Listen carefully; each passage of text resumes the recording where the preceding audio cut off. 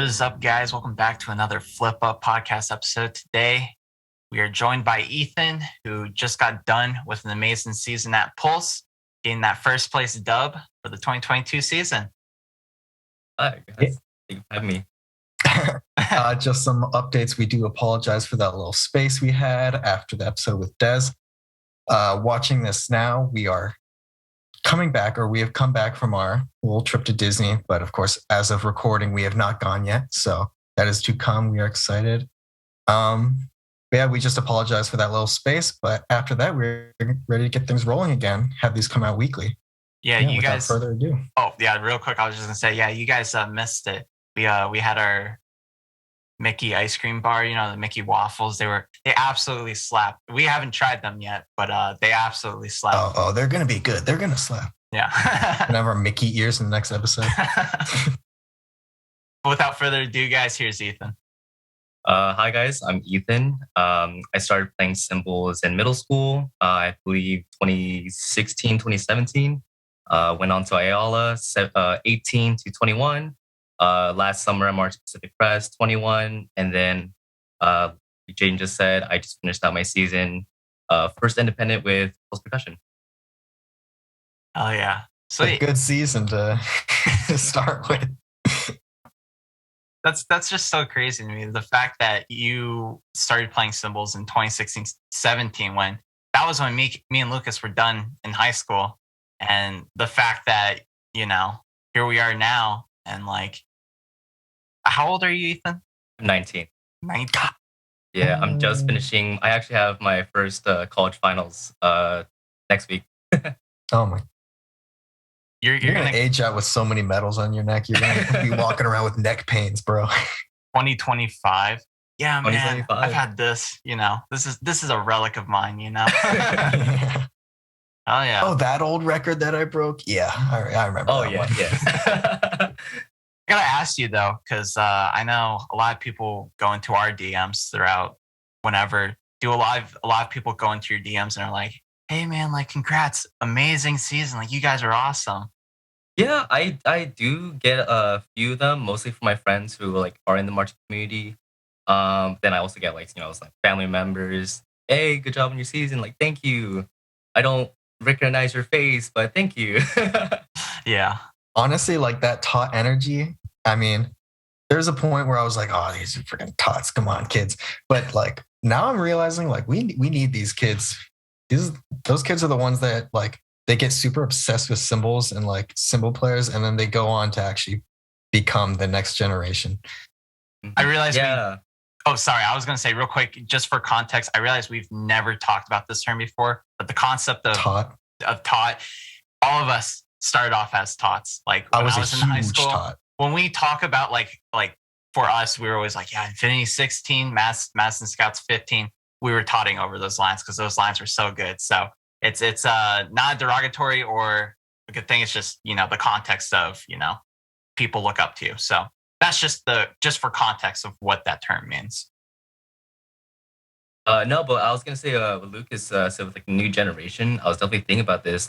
I'm so young, and I feel a lot of people that I've looked up to, who were in 16, 17, 18, they're starting to age out now. And I definitely feel I'm part of that new generation of cymbal players, who are definitely gonna lead up for the next coming years.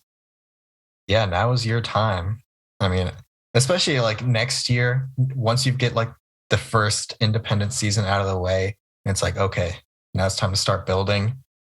And then time will fly. I'm telling you, time flies. You're going to blink and then you're going to be aging out. Yeah, that first season, I feel always goes the slowest and shortest because it's there's just so much to take in. But you'll realize that later on, they get really, really short. I feel I should still be in February right now or March for this current season. And I'm going to go to Disney World. So.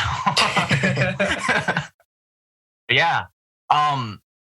So actually, that's one of the first topics I actually wanted to talk about was how was your season at Pulse? Obviously, me and Lucas, we've talked about it in a prior episode, but from a West Coast standpoint, especially since you guys set a record, first place, What else? West Coast. I think I already said that. But yeah, just completely different vibe than what we had for our seasons. Like, what was it like? So I actually didn't like starting out. I did not intend to like audition for Pulse, until like I marched Pacific Crest, went through all that, and then after I got back from Indy, it's like I think a month after I flew back or like Pulse auditions, and I'm like, do I want to come out? Do I not? But I think like it's like any advice for any like cymbal player out there is just like to put yourself out there. Like who knows? And I believe there's like 17 auditionees for 2 spots on the line. Jeez. And so, all you can really do is just like try your best. Thankfully, I got the contract. And from then on, it was just a matter of like doing the gig because you just have to do the gig, and if like any obstacles come in your way, you just handle it as best you can. Um, and yeah, and so going through, I remember winter camp, probably my worst time because in Southern California it's like always hot, but for some reason it was like all the pulse camps during winter was like raining and cold. And what sucked is that we had to stay outside during the rain and the cold. And thankfully I didn't get COVID or got sick. I don't think I got COVID during the entire like season, which is like super super lucky because I think Pulse is like one of the only groups that got COVID a lot, a bunch of cases. Um, but yeah, no. From then on, it's just like going through the season, going to shows, rehearsing. Um, I don't know. It's like I had a fun time. Just definitely a lot of people that I looked up to, and I'm like, I'm marching with these people. That's crazy. Um, and like I feel like this entire battery and entire ensemble, it's like we get the stuff that we need to do, and like we're having fun while doing it. And I feel like it's like the most perfect first season of indoor that I can imagine having. Man, everything you just said, if that was me 4 years ago, I would have said the exact same thing. Like Yeah, just yeah. like I can't believe I'm marching with you people. Like this is insane. Also for some context, me, Mason and X, we all experienced like COVID tremendously. I know X, we had a giant wave in December. I actually was one of the people. Well, actually, I didn't get it from anyone at X because we all went home for Christmas, and that's when I actually got it. Did you get Lucas? I can't remember. My streak is still going strong. I have not Jesus. gotten COVID yet. Let's go. Maybe I did get it and I didn't notice, but as far as I know, I have not gotten COVID. We did have a couple cases at Mason, especially in the beginning, but I guess towards the end, people just stopped getting COVID and it was fine. Like we still had winter camp that went well. We had a couple rehearsals where they were cut short because there's like, okay, there's this many people missing. Let's just go home. But we never really missed a weekend. So that was good. I've always wondered that since you guys are on the west side and with Dayton being like a long drive, I assume you guys fly? Am I correct? Yeah, we fly out. So we have like a huge like Southern California competition, SCPA finals. So what happens like right after SCPA finals happens, we load the semi to start going to Dayton. And then during that weekend, it's just rest. And then I think it was the Monday after SCPA finals, we start flying out to Dayton. And Yeah. then what do you guys do with like your equipment? Because I'm sure that has to make the trip. Oh yeah, all the equipment just goes on the semi. To drive Dayton. Yeah. That's a drive. Wow. Yeah, that truck driver. Oh my God. I'm kind of curious. What were some of the most memorable things for this season? I don't think we've ever really talked about that, Lucas. About like what's some of the most memorable experiences. That's probably something new we got to start doing with our guests. But yeah, like what's that one thing that just absolutely made your season, or like was that memory that you'll remember forever? I think it's definitely like I still like even have the picture in my head. WGI finals night.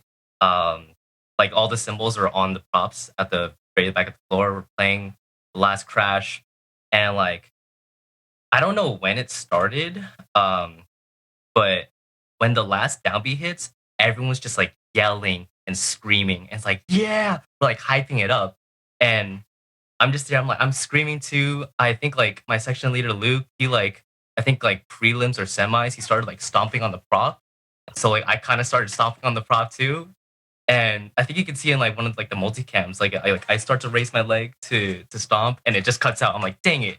But like it's just like the crowd roaring, we're all screaming, like the bright lights, and I'm just like super sweaty. It's just that moment of like down on the floor, like I did that. You know, I have possession of this show. This is my show, and I'm putting it out there for like thousands of people to see who are enjoying it. And I think it's just like a feeling that like I'm sure like almost like a lot of people can like relate to. But it's just like, you know, can you feel that? Like I wish like I want to share that with other people, you know? Yeah, it's like that feeling. Like, I mean, the relief too of, oh my God, I just had to do weekend rehearsals for this many months, and now it's like, this is what I've been waiting for. Like, I've been putting in all this effort just for this. I did it. Exactly. Just that wave of relief washing over you, and the excitement. Just it's a great feeling. Definitely felt that too. I'm sure Jaden, you definitely had that too. You guys are screaming at the end of your show. Dude, Yeah. we were like singing the well, yeah, it was like scripted singing, but like the very end of the show, man, holy, like we do the glizzy, we're like, you know, juggling that for like 16 counts, and then here we go, very end of the show, and then we get to the very end, we slam our cymbals on the ground, and we're just, you know, just yelling at the crowd. Yeah, I didn't know that actually. Like the first time that I saw you guys' show, that you guys actually like take off the cymbals and slam it on the ground. I'm like, oh shoot, that's sick. Yeah.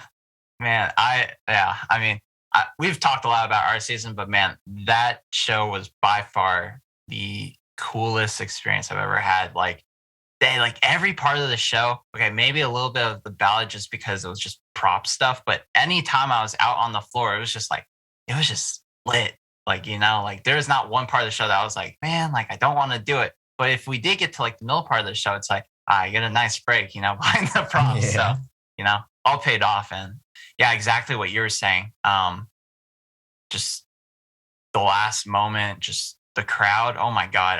I said this last podcast episode, but when we were coming out of the props and we shoot our head up, it's like, whoa, I didn't expect all this. It's just all these people. And then just like the last downbeat and the crowd goes crazy. And it's like, man, I've never experienced that.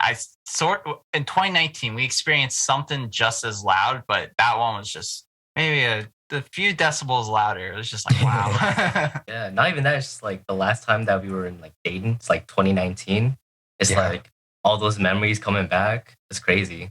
Yeah. It was weird how like immediate the feeling hit me when I came in. Like when I just like the prelims run, when I did that, I was like, oh, I'm back. Like, oh yeah, this is Dayton. Because all the other shows, it's like the local shows. It's like, okay, yeah. I'm doing drumline again. I'm getting back into it. But then Dayton hit, and I was like, oh yeah. Like this is why this is indoor percussion. Yeah. Mm-hmm. There's actually one thing before we change topics that I just thought about, and like we had someone who came from high school and then just went straight to X without DCI experience, but you had that experience. But the fact that you went from high school and you had these COVID years that just absolutely put a hold on your career, and the fact that you can just work your ass off and get into pulses, like, dude, that's insane. Like for us, it was, you know, we didn't really have windows of like, oh, okay, our career is like, you don't know, and like the passion might be gone. Like me and Lucas didn't want to march initially, but the fact that, you know, there was so much uncertainty for you just coming out of high school, and it's like, yeah, like COVID, do I want to jump in? Like I already have 2 years of my life progressed, like since graduating high school. Like that's some crazy stuff right there. So congrats to you, man. No, I was actually like, I was thinking about it. I'm like, because like graduating or like in my senior year of high school, we did like a little like online like kind of show. But then I didn't do like, I don't remember doing like a online indoor type of thing. But I just didn't do like the indoor side of my senior year.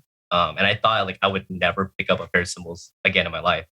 But it just so happened, I was like, I remember the day too. I was like out getting like donuts during the summer. And I get like a text from Albert, like, hey, I think one of my old students recommended you. I have an opening Pacific Crest line. I was wondering if you like want to come out. They just started move-ins. But you know, given a week, we can get you like out here, get you onboarded. Would you be interested? I'm like, my first initial thought was like, do I want to play cymbals again? But I was thinking about it, I'm like, I don't think I'm ever gonna get this opportunity again. And so I want to take it. And so I did. I did the whole thing. I during like that week, I did like a sectional with Albert on a pair of 20s. I learned the opener. And then the first day that I got to the housing site, like first block, I learned opener drill. Mid block, I did music with the line. And then the night block, ensemble block, I was just in. I was like in, trying to get as many reps with like in context. It was crazy. I think I learned the show in like 4 days. And just like after that, just like rep after rep, rep, I'm like killing it. I'm like, I was like, I wish I could like relive those memories again.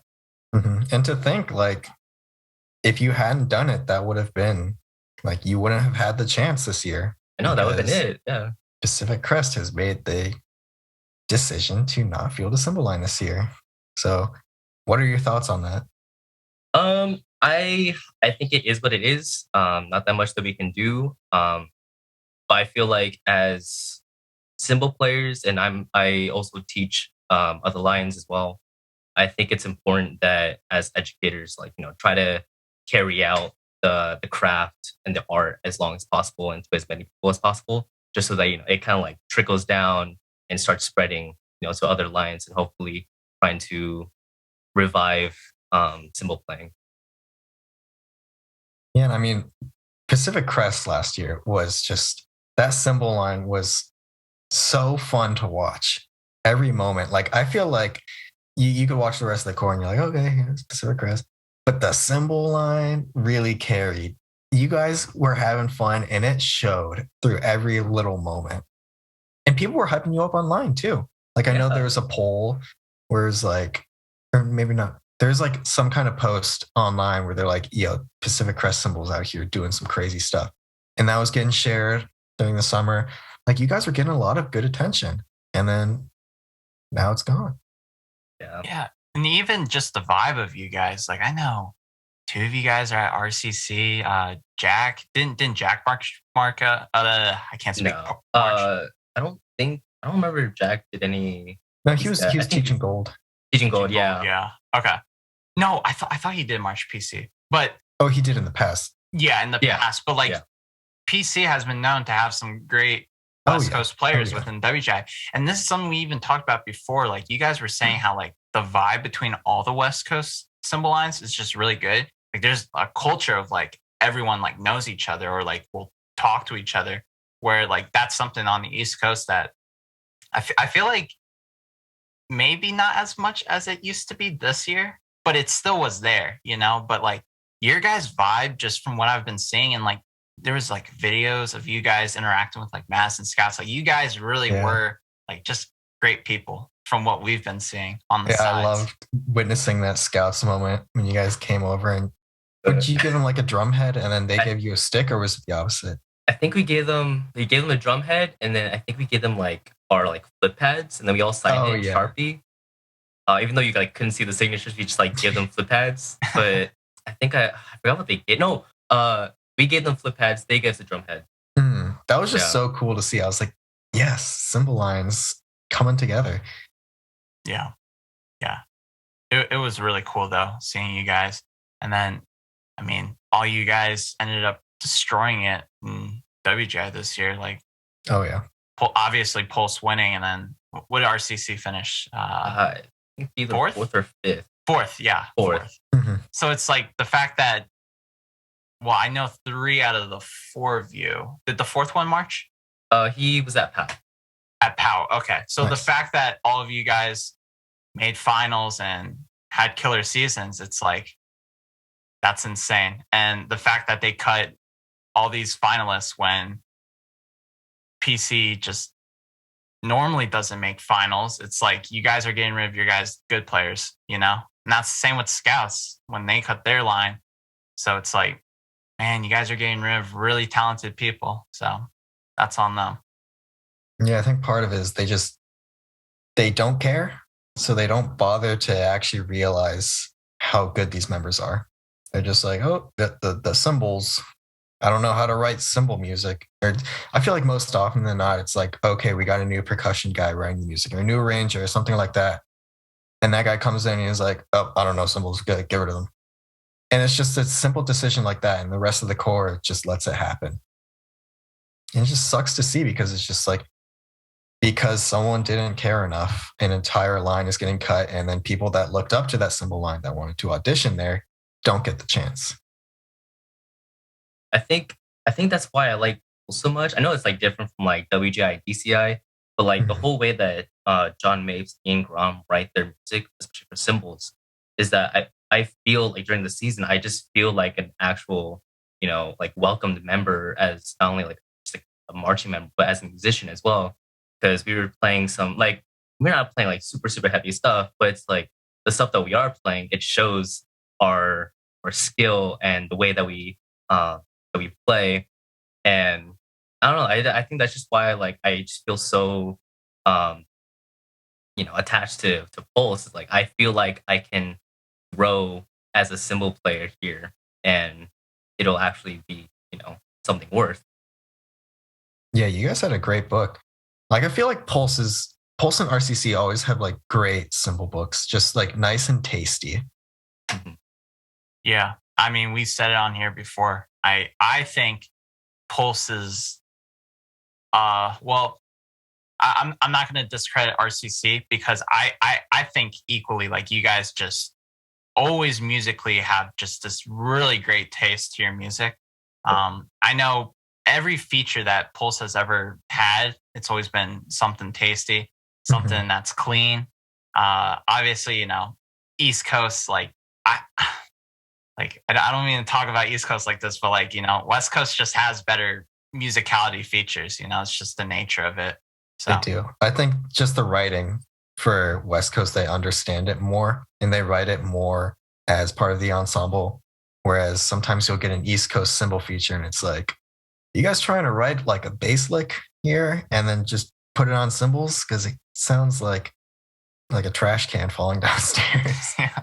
That's literally how I felt about like my 19th season at Ayala, where we had like a 9-lit split.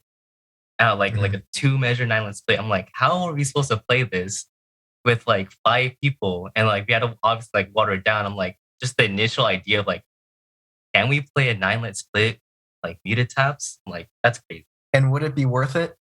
Like even if you could play it on cymbals, it's like, okay, yeah, you guys played something hard, but rather listen to something that like combines a bunch of different implements and actually sounds musical. Exactly. Which Pulse does well. I got to ask you one last question because I'm pretty sure we're getting close to time. We are 22 minutes. But one of my questions is something that we started doing this year was we started doing the flamingo exercise. I think that's what it's called, where it's like triplet one, triplet one, triplet, triplet, triplet one, and then you like just go down. So it'd be 1, 2, 3, 1, 2, 3, 1, 2, 3, 1, 2, 3, 1, 2. I'm just kind of rambling like that, but then it went 2, 3, 4, and then 3, 4, 5, and okay, 5-person cymbal line, so 3, 4, 5. But I know some groups went 6 basses because it's a bass exercise. Did you guys do any sort of exercises when it came to that? For like splits? Yeah, I don't not like that what I basses do. of. No. I think the majority was just like sound quality, primers, and then no, like I don't think anything as far as splits other than like we have like I think we implemented like finals week. We did like a build up primer for our cymbal feature, just for like that last measure. And then we just started from like eighth notes to adding the first 16 partial, to adding the full partial. I think it's just like I don't know. That's just what we did. I don't think I don't remember doing any like splitting exercises. That was something that I did for the very first time, like learning a base exercise, and it's really weird because like it's like, all right, guys, crash exercise, all right, flip exercise, let's crash choke breakdown, and then here we are, like going like to tap position, just doing like base exercise, and I was like, oh, this is very different, but I definitely feel like I've got better at splits, which is you know like I feel like like Lucas, I know we both like we've gone our whole career not really doing split exercises, and then here I go the last season doing it. I was like, wow, this really helped. I don't know why we haven't been doing this. They actually had us do that exercise too. It must be like Oh, really? the next thing because Adrian had us do it. He was like, all right, guys, just down the line. I was like, okay. Really? Yeah, that was my first time doing it. I was like, wow, this is pretty cool. Easy. You guys said you have a flip exercise. What do you guys do for that? Ooh. I got this. Yeah. So yeah. So just visually cleaning things. So we'll do like 1, 2, 3 going to. It really varies depending on the group, but we'll do something from like hip rest to vertical to all the way down the set, and then vertical and then set, and then we'll do like 4-1, and then we'll do every hit, and then we'll do cut time every hit, and that'd be like the exercise. And then we'd have like different variations where we do like to horizontal to vertical, and all that different stuff. I remember there was one point in 2018. Wow, this is throwing it back. We had a flip 4, and it was yeah, we still did flip flips. 4. Oh, you guys did that? We did it a couple times. I feel like we did it in 22. Really? Flip 3 and flip 4. But well, I mean, we have that, and then there's also an exercise to break down like the actual motion of flipping up, which is I'm actually interested. I know we're at 26 minutes, but do you break down flips, or have you broken down flips at all? Done any exercises for them? Pulse, no, I don't. We don't really do any like flip exercises in our warm up packet. I only do like breaking down flips with the kids I teach. Mm-hmm. Is this something that you learn in high school, and then with you it just kind of fizzles out? Like, did you do it at PC? I don't think so. I don't remember doing a flip exercise. Yeah, I think it's just like flip as fast as you can. Yeah, that's the expectation. Yeah, it's very interesting because I know there's so much that goes into the prep for West Coast and like the approach. That's why it's just like, wow, like you guys move really well without talking about it, So. Mm-hmm. It's like literally like the first like from September all the way to like our first show. It's like all just like getting down the prep, and our instructor Derek Wu is like a master at like technique and like looking good. I remember there's like a one-on-one I had with him, and I show up and he has like a whole like tripod, his cameras, like attachment. He like puts his phone on and just like does like a slow motion video. And he has me just do like just 4 crashes every 8, and he like plays it back to me, and you can see like all the little like inconsistencies with it. I'm like, I have never thought about that before. Yeah. Wow. Yeah, that's us with flips. We'll be like, oh, we'll pause it and we'll be like, oh, someone's cymbals are like this, while someone's cymbals are like this. It's like, oh, someone's flashing too early, or someone's initiating too early, or someone's using too much elbow. Yeah. It's just weird to see like where our attention is put for each line. Yeah, slowing down the video, we definitely do that. But guys, with time's sake, we are at, I don't know, Lucas has the timer, but I got the notification. We're running out of time. But this is the flip up season 2 thing. Oh, guys are running out of time. Every single episode, we got the timer. But yeah. Thank you guys for another episode. But as always, you guys know the drill. Ethan, if there's one thing you could say to the cymbal community, what would it be? If there's one thing that I have to say, I believe that Albert definitely said like harps on this, but I kind of take it into my own interpretation. But definitely respect the art, respect the craft, but as well like respect each other. I know we kind of talked about it, like the West Coast is definitely super close with each other. But now like I'm talking to you guys. You guys are on the East Coast. We talk to scouts. you know, I want to definitely start that bridge between West and East Coast, because not a lot of the stuff that we do are different, but at the essence of it, we play cymbals. We are a very small community, so I think, you know, respecting each other, getting to know each other, respecting other ideas, you know, that's something that we can definitely do. I think that is exactly what Albert said, and I mean that's our goal. Like that's why we have West Coast on the podcast. So yeah, awesome guys. Thank you so much for another episode. Of course, thank you Ethan for coming on. Insane season. I mean, all of us had insane seasons. The season was just insane. Everyone was just killing it this year. I was saying it before to them that like this season could not have gone any better for any group, and like every group that finished the way they did absolutely deserved to be there. So with that being said, thank you guys for an amazing podcast episode, and we will see you with the next episode. All right, see you.